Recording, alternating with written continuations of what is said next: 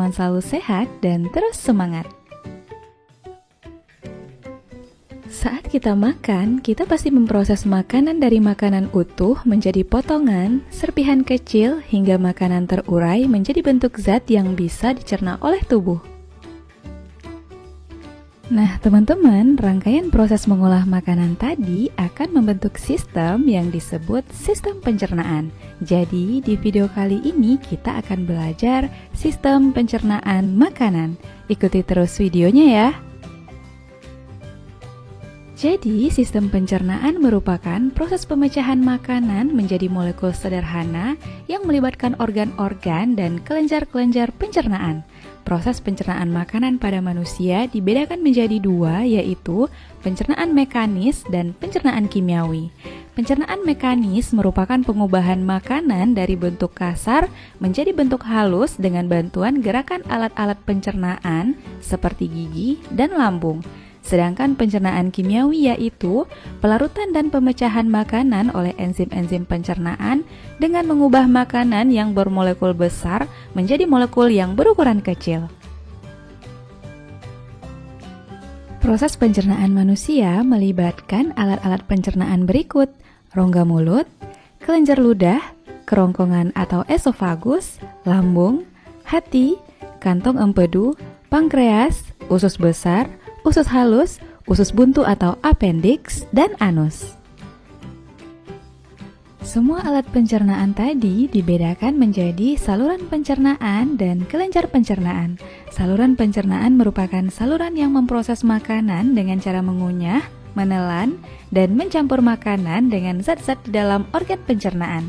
Sedangkan kelenjar pencernaan adalah alat pencernaan yang dapat menghasilkan enzim-enzim untuk pencernaan kimiawi. Kita akan membahas organ dan prosesnya satu persatu. Inilah organ-organ dalam saluran pencernaan: rongga mulut, kerongkongan, lambung, usus halus, usus besar, dan anus. Yuk kita bahas. Kita mulai dari rongga mulut. Di dalam rongga mulut terjadi pencernaan makanan secara mekanis dan kimiawi. Mulut terdiri dari bagian-bagian berikut: langit-langit, uvula atau daging yang menempel di langit-langit, tonsil atau amandel, lidah, gigi geraham atau molar ketiga, 2, dan 1, premolar kedua dan 1, gigi seri atau incisivus sentral dan lateral, dan gigi taring atau caninus. Jadi, bagian-bagian dalam rongga mulut dapat dikelompokkan menjadi gigi, lidah, dan kelenjar ludah.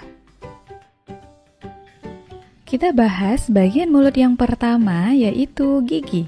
Gigi merupakan alat pencernaan mekanis yang berfungsi memotong makanan menjadi potongan-potongan yang lebih kecil sehingga enzim-enzim pencernaan dapat mencerna makanan dengan lebih cepat dan efisien. Berdasarkan bentuknya, gigi manusia terdiri dari gigi seri berfungsi untuk memotong makanan, gigi taring untuk mengoyak dan merobek makanan, gigi geraham, premolar, dan molar untuk mengunyah makanan.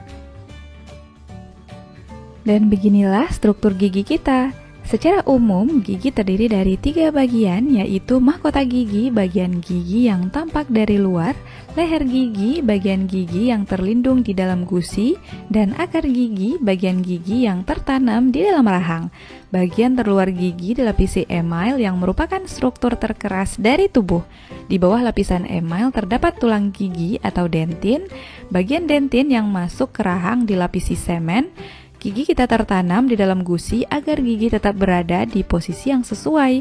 Di bagian dalam gigi terdapat sumsum gigi atau pulpa yang berisi pembuluh kapiler, arteri, vena, dan jaringan syaraf. Dan pada bagian dasar gigi terdapat celah akar dan tulang karang. Bagian mulut berikutnya, lidah. Lidah tersusun atas otot lurik dan permukaannya dilapisi dengan lapisan epitelium yang mengandung banyak kelenjar lender atau mukosa. Pada permukaan lidah terdapat saraf-saraf atau reseptor perasa yang dapat merespon rasa di tempat yang berbeda. Rasa manis pada bagian ujung lidah, asin pada bagian tepi depan, asam lidah bagian tepi belakang, dan rasa pahit lidah bagian belakang atau pangkal lidah. Lidah berfungsi untuk membantu mencampur dan menelan makanan, mempertahankan makanan agar berada di antara gigi-gigi atas dan bawah saat makanan dikunyah, sebagai alat pengecap makanan karena mengandung banyak reseptor pengecap atau perasa, mencampur dan mengaduk makanan dengan ludah, mendorong makanan masuk ke esofagus. Selanjutnya, kelenjar ludah. Kelenjar ludah disebut juga dengan glandula salivalis. Kelenjar ludah berfungsi menyekresikan saliva atau air liur yang mengandung enzim pitialin. Enzim ini dapat mengubah amilum menjadi maltosa. Air liur berfungsi untuk membasahi makanan, mencegah mulut dari kekeringan, membunuh mikroorganisme, dan bertindak sebagai buffer atau penyangga pH. Ada 3 macam kelenjar ludah: kelenjar parotis di dekat telinga, kelenjar sublingualis di bawah lidah, kelenjar submandibularis di bawah rahang. Nah teman-teman, itulah bagian-bagian yang ada di dalam rongga mulut kita. Organ pencernaan kedua adalah kerongkongan. Kerongkongan adalah saluran sempit berbentuk pipa dan panjangnya lebih kurang 25 cm yang berfungsi sebagai jalan makanan dari mulut menuju lambung. Pada saluran pencernaan bagian atas terdapat faring atau rongga teka. Faring merupakan daerah percabangan menuju rongga hidung, kerongkongan, dan tenggorokan. Faring dilengkapi epiglotis yang dapat membuka dan menutup. Dalam keadaan biasa, epiglotis akan selalu terbuka. Ketika makanan masuk, epiglotis menutup faring sehingga makanan masuk ke dalam kerongkongan. Kerongkongan terdiri dari 1/3 otot lurik dan 2/3 otot polos, dan dindingnya tersusun atas epitel pipih berlapis. Di dalam kerongkongan terjadi gerakan peristaltik, yaitu gerak kontraksi dan relaksasi otot polos yang mendorong makanan menuju lambung. Gerak peristaltik menghasilkan makanan berbentuk gumpalan yang disebut bolus. Jadi pada kerongkongan terjadi pencernaan secara mekanis. Bagian dalam kerongkongan senantiasa basah oleh cairan yang dihasilkan oleh kelenjar-kelenjar yang terdapat pada dinding kerongkongan untuk menjaga agar bolus menjadi basah dan licin sehingga mudah bergerak menuju lambung.